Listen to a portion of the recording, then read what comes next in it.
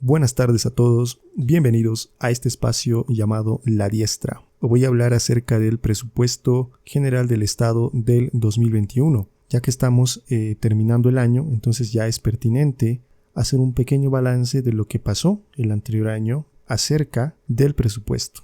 Cuando hablo del Estado me refiero al Estado en sus tres niveles, al Estado en su nivel central, en su nivel departamental y en su nivel municipal, por supuesto. Entonces, para hacer este presupuesto general, en realidad el gobierno central realiza un balance de los ingresos y de los gastos que se van a prever, valga la redundancia, gastar. Entonces, se pide a todas las entidades estatales, que en realidad son 581, se pide a todas estas entidades hacer un presupuesto para que el Estado se encargue de asignarles, ¿no?, dicho presupuesto. Lógicamente que ahí puede haber distintos matices, algunos pueden, se da un presupuesto el cual tiene que ser aprobado por el gobierno central, eso me refiero. Por entidades entendemos a todo lo que es las empresas públicas, todas las universidades, los gobiernos autónomos municipales, los gobiernos autónomos departamentales, las instituciones financieras, es decir, los bancos estatales y un montón de otras entidades públicas como están ahí los ministerios, viceministerios, toda la parte de educación, salud y muchas otras entidades. Como les digo, son 581 en total. ¿Sí? Entonces todas estas entidades están repartidas en los diversos niveles de gobierno. El presupuesto general del Estado para el año 2021 fue de 228.357 millones de bolivianos, ¿no? Escuchen otra vez una cifra astronómica, repito, 228.357 millones de bolivianos. Ese es el presupuesto del 2021. Esto lleva a dólares, es aproximadamente 33.000 millones de dólares, ¿no? Este ha sido el presupuesto general del Estado del año pasado, del 2021. Repito, 33.000 millones de dólares. Realmente estas son cifras astronómicas para Bolivia. Si hacemos un análisis de cuánto realmente el Estado gasta en cada uno de nosotros, aunque en realidad sabemos que no es así, pero si dividimos el valor de 33.000 millones entre el número de habitantes, que es aproximado, que redondeando somos 11 millones, nos da un valor de $3.000 al año, ¿no?, por persona. Es decir, no importa si es joven, viejo, bebé, $3.000 por persona es lo que el gobierno destina, digamos, ¿no? Más que destinar es lo que supuestamente el gobierno gasta por persona. Repito, $3.000. Si tomamos en cuenta que una familia en promedio en Bolivia tiene 4 personas, una familia está compuesta de 4 personas, entonces tendríamos que multiplicar este valor por 4, ¿no? 3 por 4 nos da $12.000. Este sería el valor anual, ¿ok? $12.000 al año por familia. Imagínense lo que usted podría hacer con $12.000 al año, ¿no? Sin duda es mucho dinero. ¿Y en qué ha ido ese dinero? Supuestamente ha ido a salud, educación, ¿no? Supuestamente ha ido también a todo lo que son inversiones, ¿no? Aunque en realidad sabemos que son inversiones sin retorno porque todas las empresas están quebradas, bueno, o casi todas.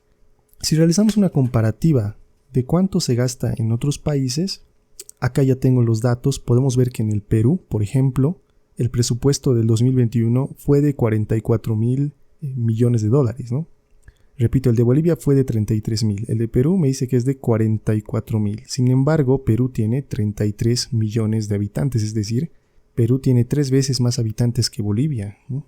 Por lo tanto, el presupuesto boliviano no tiene ningún sentido, ¿no? Hay algo que no cuadra. ¿Cómo puedes gastar tanto dinero? En el caso del Ecuador, por ejemplo, el Ecuador gastó una cantidad igual a la de Bolivia, ¿no?, que sería 33.000 millones de dólares también, pero el Ecuador tiene 18 millones de habitantes, Bolivia solo tiene 11. Y por último caso, estoy también observando el caso de Guatemala. Guatemala es uno de los países con menor gasto público de la región, vale decir, es un ejemplo a seguir, ¿no? El gasto de Guatemala es de tan solo 13.000 millones de dólares y tiene 19 millones de habitantes. ¿Qué tal es? ¿No? Solamente ha gastado 13.000 millones y tiene 19 millones de habitantes. ¡Wow! Entonces podemos ver que en la región en general, ¿no?, hemos visto los gastos de Perú y el gasto de Ecuador es alto, ¿no?, pero el de Bolivia realmente es es despilfarrante, es totalmente irracional y estamos yendo al precipicio, eso no cabe la menor duda, ¿no?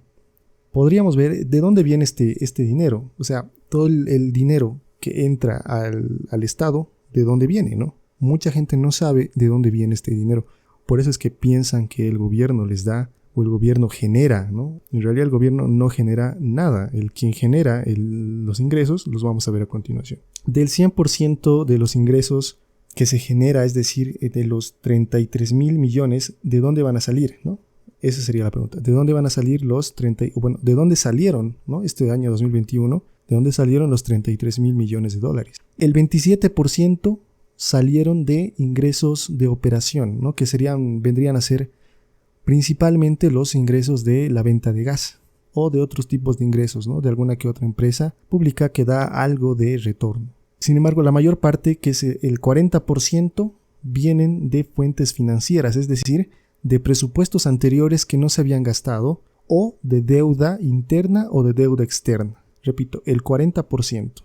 También una parte muy importante viene de los ingresos tributarios, que vendría a ser el IVA, el IUE, también los impuestos aduaneros y otros impuestos que se cobran.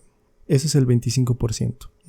Otros 12%, que acá en la cartilla del ministerio solamente dice ingresos corrientes. Bien, esos son los ingresos, ¿no? Principalmente deuda, principalmente impuestos y también los ingresos de lo que es el gas, ¿no? También tenemos distintos ingresos, ya sea de otras empresas estatales como ENDE, como BOA, etcétera, ¿no? Sin embargo, quiero que se recuerden de esto, solamente estos son ingresos, no son utilidades, ¿no? Porque los ingresos son la diferencia entre, las utilidades son la diferencia entre los ingresos y los gastos, ¿no? Por lo tanto, acá simplemente estamos viendo los ingresos, ¿ok? Y aquí viene lo interesante. YPFB tiene un ingreso de alrededor de 60,000 millones, vamos a recordar ese número. Y bueno, ahora veremos en qué se gasta todo esto.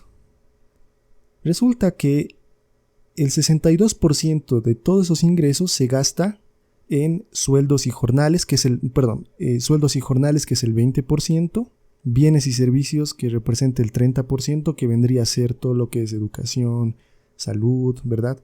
Todos esos servicios pésimos que nos brindan. Y un 15% se gasta en gasto corriente, que debe ser publicidad, debe ser algunos que otros bonos a funcionarios públicos, etcétera, ¿no? Simplemente en esta cartilla dice gasto corriente. Un 20% se va a gastos de capital, ¿no? Esto es la parte estrella de Arce Catacora. Supuestamente se va a invertir en empresas estatales, ¿no? Sabemos que esa tal inversión no existe porque no hay retorno. Una inversión espera un retorno, espera una ganancia. En este caso, los gastos de capital que se están haciendo en realidad no van a dar un retorno, eso ya lo sabemos, ¿no? La experiencia nos dice eso. Bueno, eso es alrededor de un 20%, que es bastante. Entonces en eso se va todo el dinero del presupuesto. Si hablamos ya en términos de las empresas, es decir, de las entidades, ¿qué entidades vendrían a ser las que están gastando más? YPFB gasta alrededor de 50,000 millones de bolivianos. Anteriormente les había dicho que los ingresos son alrededor de 60,000, si no me equivoco. Entonces los gastos están por los 50,000 millones, ¿no? Es decir, si bien los ingresos de YPFB son cuantiosos, los gastos son cuantiosos también, y por lo tanto nos da un balance pequeño, un balance mínimo. Es decir, si mañana privatizamos YPFB, esperaríamos un retorno de 10,000 millones de bolivianos al año. Ese sería el retorno que en realidad ahorita nos está dando YPFB. Si hacemos la resta de ingresos, que es de 60,000 millones de bolivianos, menos los gastos, que son de 50,000 millones de bolivianos. Es decir, hay un margen de 10,000 millones de utilidad aproximadamente, los cuales fácilmente se los puede obtener mediante empresas privadas, mediante los impuestos, ¿no? Entonces, como vemos, no tiene sentido acá nacionalizar las empresas en absoluto. Y así sucede con todas las empresas, ¿no? Ya sea ENDE, llámese Comibol, llámese empresa Vinto, BOA, CEDEM, etc. Es más, todas las demás, o la mayoría, tiene déficit, ¿no? Entonces estamos en un círculo vicioso muy peligroso. Y asimismo, las gobernaciones y las municipalidades realmente tienen un presupuesto muy corto, ¿no? Que ronda entre los 1,000 y los 2,000 millones de bolivianos al año, siendo que el presupuesto es de 228,000 millones de bolivianos, ¿no? Como podemos observar, hay un gasto excesivo que principalmente se va a sueldos, ya sea en educación, ya sea en salud, ya sea en seguridad, ya sea en ministerios. Un presupuesto que también se va en un gasto corriente que a veces no se sabe a ciencia cierta qué es el gasto corriente. Muchos datos se camuflan, a eso me refiero. Mucha parte del dinero también se va a los gastos de las mismas empresas estatales, es decir, lo que entra igualito sale, ¿no? Incluso sale más. Por si fuera poco, como lo dije anteriormente, el 30% aproximadamente de lo que se va a gastar en realidad no se tiene, ¿no? En realidad se lo va a financiar mediante fuentes de financiamiento que principalmente van a ser préstamos, ¿no? Internos o préstamos externos. Es decir, estaríamos financiando en un 30% este presupuesto con deuda, pero de esa parte no es toda la deuda, ¿verdad? Sino es una parte también de lo que vienen de las anteriores gestiones, de otros proyectos que no se habían.